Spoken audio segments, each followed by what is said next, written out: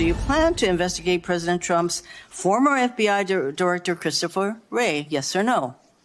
I have no plans in going backwards. I have plans in safeguarding. How about James Comey? Do you plan to investigate him?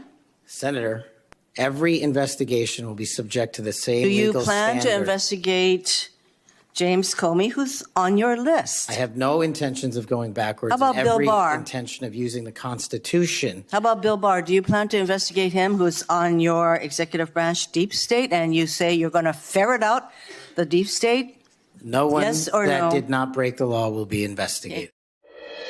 I have always rejected any violence against law enforcement, and I have, including in that group, specifically addressed any violence against law enforcement on January 6th, and I do not agree with the commutation of any sentence of any individual who committed violence against law enforcement. Do you think America is safer because President Trump issued these pardons to 1,600 of these criminal defendants, many of whom violently assaulted our police in the Capitol? Senator, America will be safe when we don't have 200,000 drug overdoses in 2 years. America will be safe when we don't have 50 homicides in a day. So you just won't answer the question. Kash Patel, President Trump's nominee for FBI director, looks poised to be confirmed by the Senate along party lines after yesterday's hearing with the Judiciary Committee. Republicans look willing to stand behind the president's pick despite all those controversial comments and, yes, the enemies list published in his book in 2023. In his hearing, Patel walked back some of his most contentious claims, including that he would exact revenge on President Trump's enemies, and he broke with the president, in one way at least, on the decision to pardon all of the January 6 rioters, including the most violent of them. Let's bring in NBC News justice and intelligence correspondent Ken Delanian, who's been watching this very closely for us. Obviously, Kash Patel, Ken, has been circled on the calendar as perhaps one nominee who is going to be tough to get through. But does it look like Republicans will come around here? It absolutely does, Willie. In fact, it didn't seem from yesterday that they even need to come around. They're already there. We heard almost no skeptical questioning from Republicans. And the Democrats, I have to say, were frankly pretty disorganized and asked the same questions over and over again, particularly about Patel's involvement with a quote, unquote, January 6th choir, some January 6th rioters that he recorded a song with. They hammer that over and over again as if that's going to cause a Republican senator to vote against him. It just isn't. And as you said, he said all the right things, including distancing himself from the pardons of people who assaulted police officers and promising that the FBI wouldn't be political, would be focusing on crimes. So that was important, and that reassured any wavering Republicans, it seemed to me. But of course, there's what Kash Patel is saying, and then there's what's actually happening behind the scenes at the FBI, which are two very different things, guys. Yeah, it's amazing, isn't it, Ken? Not just with Kash Patel, with so many of these nominees, that in those confirmation hearings, Republicans are willing to swallow whole what they hear over those couple of hours in the hearing, and not what he's said for most of his adult life, including in a book he published less than 2 years ago.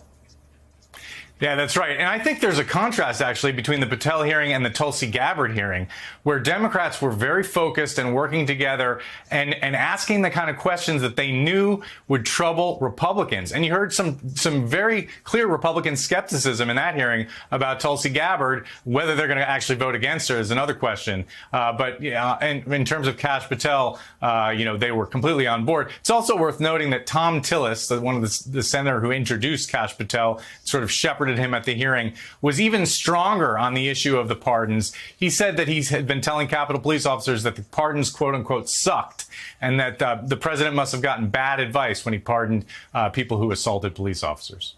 So as we talk about the possibility of Kash Patel leading the FBI, Ken, you have some new reporting this morning on several top FBI officials being told to resign or face demotion. What more can you tell us?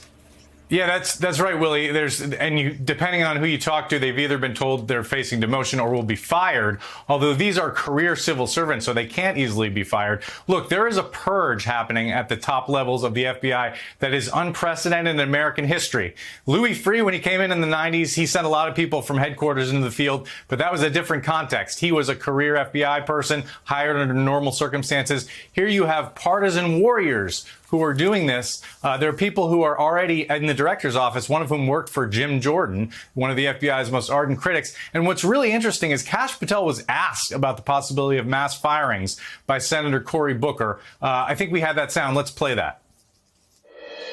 Are you aware of any plans or discussions to punish in any way, including termination, FBI agents or personnel associated with Trump investigations?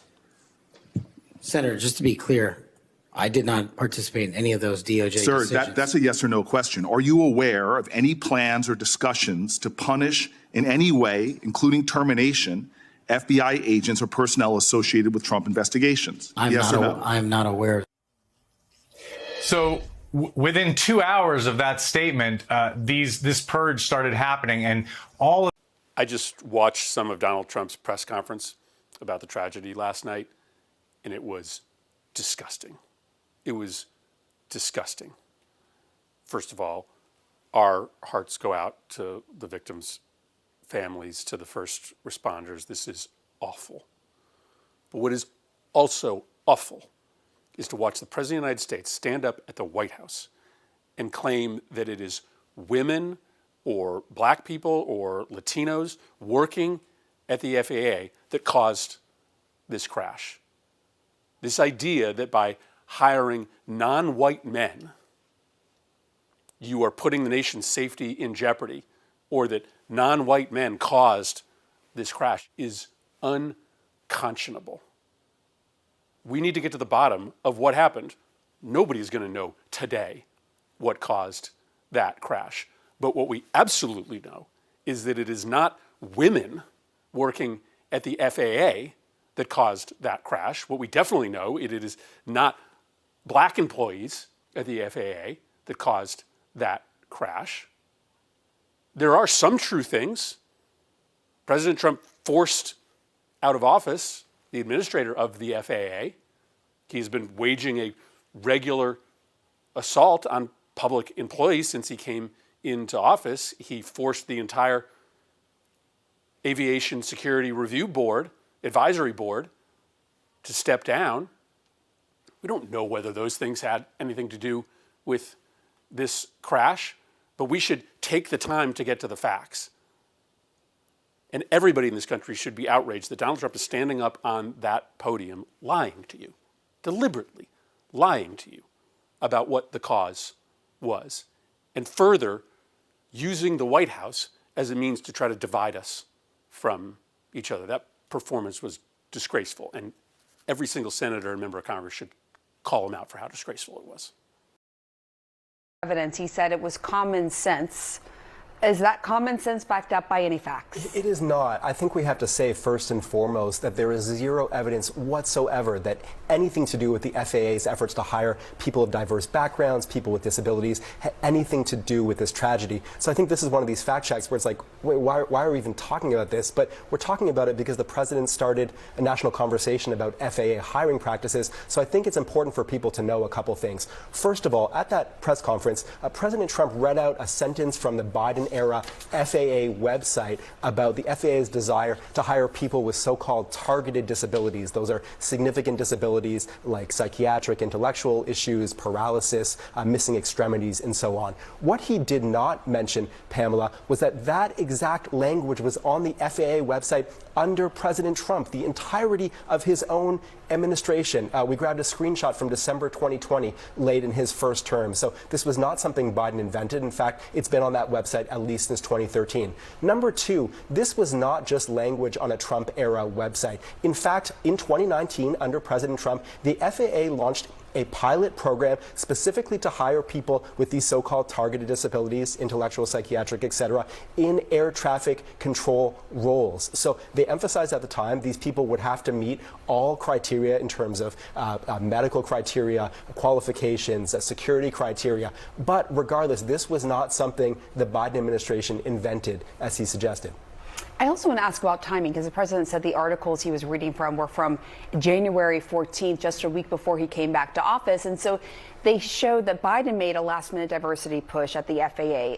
That's what Trump is saying. What is the truth here? That's what he said. He's like, January 14th. So right before I came back, they were trying to get all these people in. I looked at where these articles he was reading out were actually from. It's January 14th, 2024, a year ago. So there is no evidence of some frantic last-minute Biden push to hire people with disabilities, hire people of diverse backgrounds at the FAA. Daniel Dell, as always, thank you for bringing the facts. And folks, you can see whistleblowers, experts, people on the inside speaking out that Trump and his purge are already happening. And it is going to be both a domestic and international security threat, both in terms of internal law enforcement, but also in terms of like policing, threats from the outside, right? And you're seeing it. Donald Trump's approach is putting vengeance and control over the actual doing of the friggin' jobs. And yes, when a president comes in for many positions at the very, very top, shifts happen. A lot of most cabinet secretaries lose their job. Most deputy secretaries lose their job. It's the nature of the game. You can love it or hate it, but it's a bipartisan reality. But Trump's going much deeper, firing people who are career civil servants, who have served under Democrats and Republicans, under both Trump and the men that sandwiched him. They served under Obama, him, and then Biden, and now it's him again, but now suddenly they're not good enough in some cases, right? And he's firing these people or he's forcing them out.